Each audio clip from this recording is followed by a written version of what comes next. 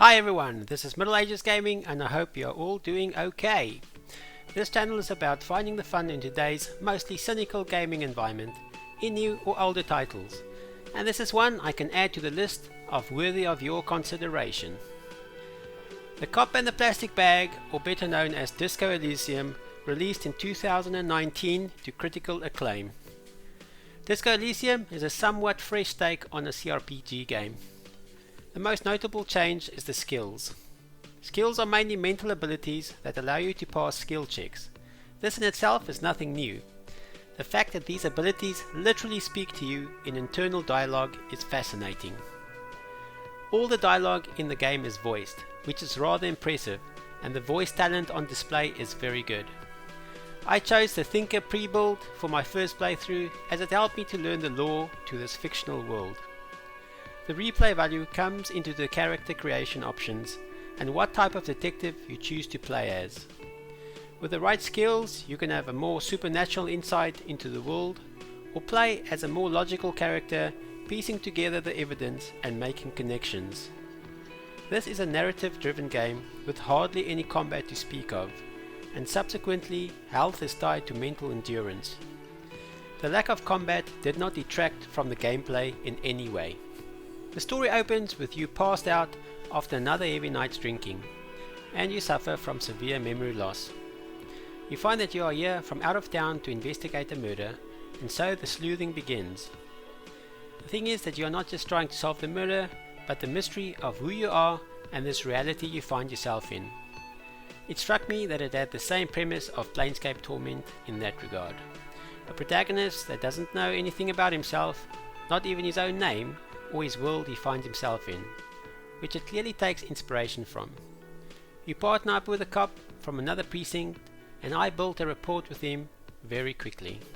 Gameplay consists of interacting with the environment and having lots of discussions with NPCs. Most of the conversation happens in your head though, as you choose your responses. It is easy to spot the items you can interact with, and holding down the tab key will also highlight this. It did take me a few minutes to realize that there is a contextual colored bubble or orb that appears above your character when you walk around that will allow you to do various things, like checking your pockets to find keys to open your door. I was stuck in my room for a while until I discovered this. On a side note, I could not stand carrying a plastic bag around to collect bottles.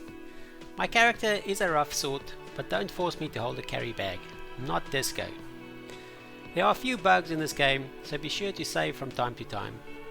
My infamous bag disappeared and reappeared from my inventory a few times. Some scenes did not play out and I had to reload. The pointer icon changed to the collect icon and would not change back, but it isn't a big concern overall. I also felt that I was taken out of the immersion at times and characters interjected while I was busy with a task.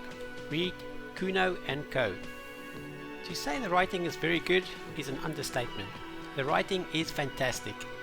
An air of melancholy pervades most of the game, but the humor lightens things up and you make meaningful connections with the characters in the game that overall concluded on an uplifting note for me. I even grew to like the unlikable Kuno. It is a great game, but one I think will not be appreciated by everybody. There are lots of moments that stand out, but as a whole, if you do not identify to some extent with the characters, you might find the experience slightly underwhelming. In the end, the superficial comparison I made to Planescape did not help me. This thought stayed with me throughout, as I am still looking for a story that can equal this cult classic. However, this game has its own themes to explore, and is compelling in its own right. These themes revolve around political and economic ideologies, racism, injustice in society, and more.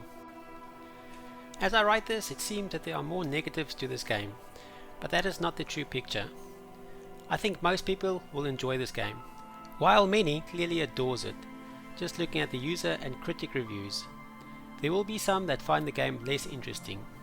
It is really good, but your enjoyment is going to depend on personal taste, which can be said of any game. My first playthrough took about 23 enjoyable hours. I hope this overview will be helpful for some of you. My aim is to find the fun in gaming with a little free time we all have, and hopefully this channel will help you decide which titles might be worthy of your time, and give an idea how much time a title might require of you. I try to keep the overview short, but with enough substance to help you make decisions. Feel free to share some of your gaming adventures in the comments below for me to explore. Until next time, stay safe and live free.